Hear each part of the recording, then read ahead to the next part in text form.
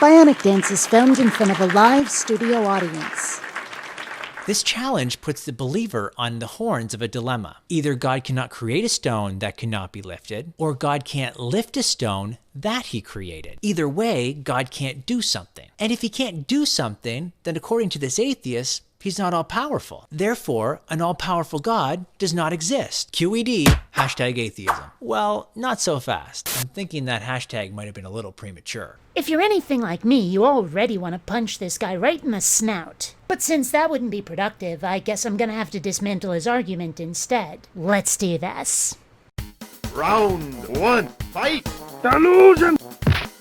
Logic boo! Logic boo! You win! Greetings, fellow space travelers, BionicDance here. In this video, we'll be discussing the contradiction inherent in the alleged omnipotence of the alleged Christian God. Captain Chrome Dome of House Hipster is going to try to explain why this isn't a contradiction at all, the whole while treating us to knowing nods, sarcasm, and raised eyebrows. Not that anybody on YouTube is a stranger to these things, but Darth Button Down here manages to do it through his entire mercifully short video. There's a line between being funny and being a prick, and Buzz Lightbeard here decided to hurtle it clear to the horizon. This challenge is plagued with problems. First, it assumes a defective definition of omnipotence. Omnipotence does not mean that God can do anything. It means God can do anything raw power can do. Which sounds less like being all-powerful and more like being all-capable. Omnicapable seems to be a word already, so I'm trying to avoid it. And while nitpicking language rarely helps a debate, it most definitely helps in a discussion if you want to be understood by people who are hearing about this topic for the very first time. And given that God is usually portrayed as a supernatural being with all that's implied with the ability to use magic, it's a very reasonable assumption to make that an omnipotent God can break the laws of the universe if it suits him. So you might want to be very specific with your language if you want your message to actually get through as you intend it.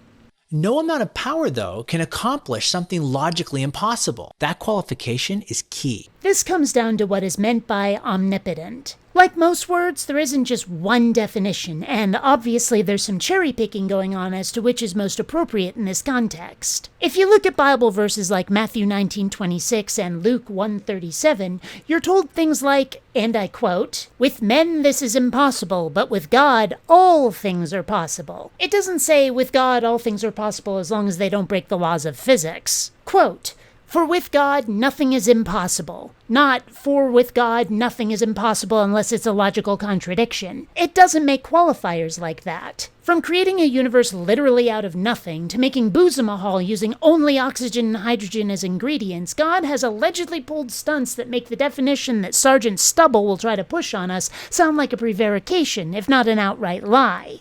Darcy may be surprised to learn that this challenge was answered hundreds of years ago. Thomas Aquinas wrote, "Whatever implies contradiction does not come within the scope of divine omnipotence because it cannot have the aspect of possibility." In other words, to say that God can't do something, logically impossible, does not limit God in any way. Wait a minute, say that again? God can't do something does not limit God in any way. One more time for the slow and enfeebled. God can't do something does not limit God in any way. And he says this unironically. Also, Thomas Aquinas was a chowderhead and shouldn't be your go-to for apologetics. Nobody takes him seriously who isn't a Christian. Find someone who doesn't believe and is willing to attempt to steelman your arguments rather than someone who has a vested interest in Christianity being true.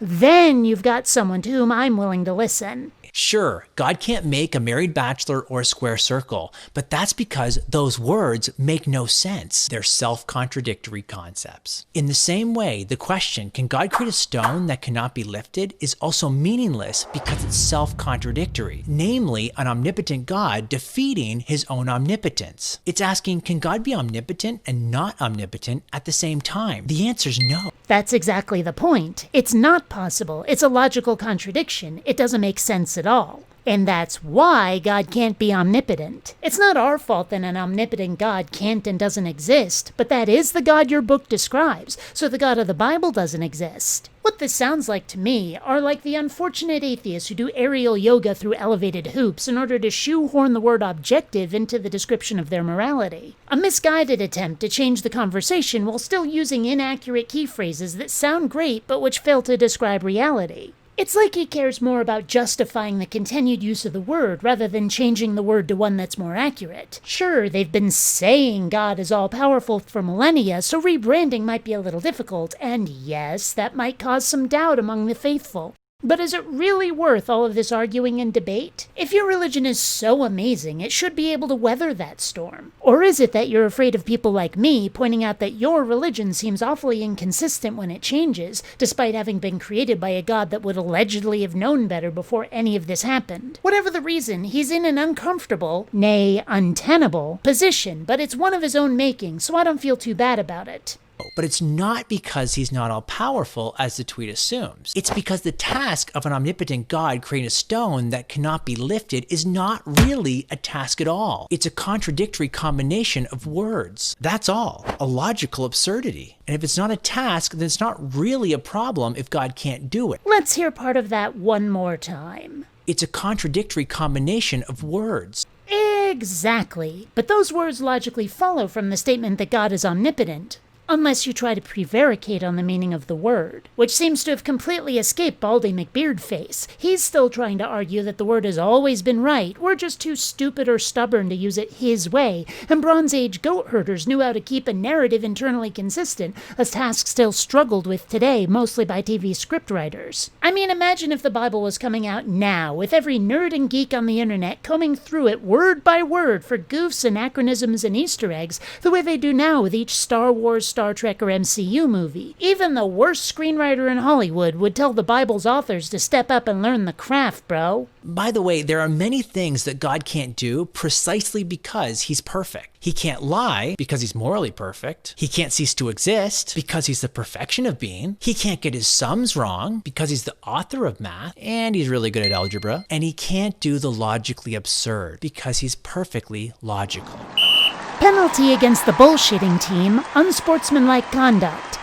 Nobody is arguing about God's perfection, just his magical abilities. Stop changing the subject.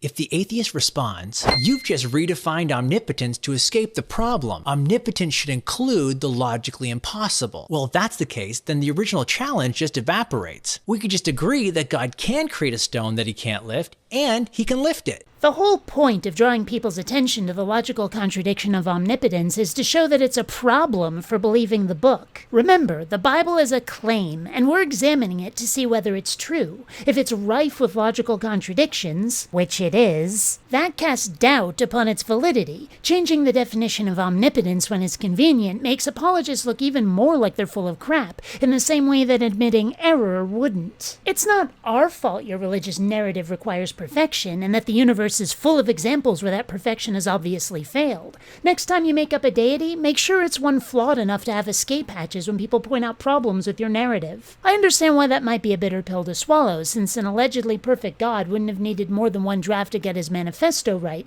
and maintaining one's faith in the face of such problems would be uncomfortably difficult. But there'd be fewer people pointing and laughing right now. But if they say, but that's logically contradictory, we could simply reply, that's right, and on your definition of omnipotence, God can do the logically impossible. So what's the problem? You see, either way, this challenge does nothing to undermine God. But we're not saying that God is omnipotent. You are. And it wasn't until after pointing out the logical contradiction that the definition change came about. Rather than admitting that the narrative is flawed, thus casting doubt on the existence of God, you've redefined the word in order to no longer doubt the narrative. This isn't so much a moving the goalpost logical fallacy as it is a widening of the goalposts, where the evidence needed for God becomes so indistinct and generalized and easy to meet that absolutely anything could prove he's real. So what have we learned? That you're a dishonest psycho? First, omnipotence is not the power to do anything. It's the ability to do anything that power can do. Do you know how much power can do? What are the limits of what power can do? How are they determined? How do you know any of this? Why should we think you're not just making it all up? And why should we accept your definition of omnipotent just because the others damage your narrative? Maybe your narrative isn't true, and this is one of the many reasons why not. All we've learned so far is that you're a dissembling cue ball. This isn't a limit on God's power. It's a limit to the kinds of questions we should be asking about God's power. Sounds more like a limit on what you want us to ask about God's power. As in, pay no attention to that man behind the curtain. Second, it's an illogical question. That's because it subtly smuggles in a contradiction by asking if God's omnipotence can defeat his omnipotence. The people questioning God's omnipotence aren't smuggling in a contradiction, they're pointing one out. The question about creating unliftable rocks and all-powerful gods illuminates the contradiction. It didn't invent it. But now Mr. Male Pattern Clueless would have us believe that the people asking the questions are the ones making the logical problem. And I have to wonder whether he knows that's what he's doing, or whether he's too stupid to realize he's done it. Brainwashing or butthead? You decide. God can make a bachelor into a married man. Lucky for some of you guys. Yes! But he cannot make a bachelor who is a married man. I have no illusions about my ability to be funny. I embrace being lame, which actually makes my terrible attempts at humor work. Mostly. But Mr. Wink Wink Nudge Nudge here thinks that his snide comments on rubber-faced delivery is knocking it out of the park, and that just makes it tragic. Remember, there is no answers to nonsense questions. No, but there is proper grammar, which means that there are no answers to nonsense questions. Well, except that's not true either. How many surrealists does it take to change a light bulb? 3. One to paint the giraffe and the other to fill the bathtub with brightly colored machine tools. Checkmate, Chrome Dome.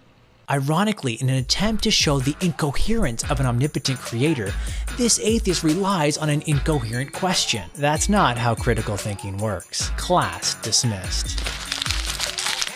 And now he's trying to change a mic drop into a paper crumble after he makes a straw man fallacy that's visible from orbit. What a loser. Until next time, fellow space travelers, this is BionicDance saying don't run on automatic. Instead, please think. In this video, we'll be discussing the contradiction inherent in the alleged omnipotent of the God is omnipotent is a contradictory, pointing out that an example of a contradiction which logically follows from the God is omnipotent presence,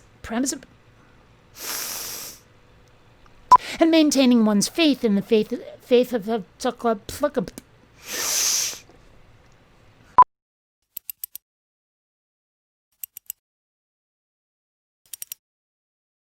You know, Dewey, we wouldn't have to do this if I had more Patreon patrons. Just saying.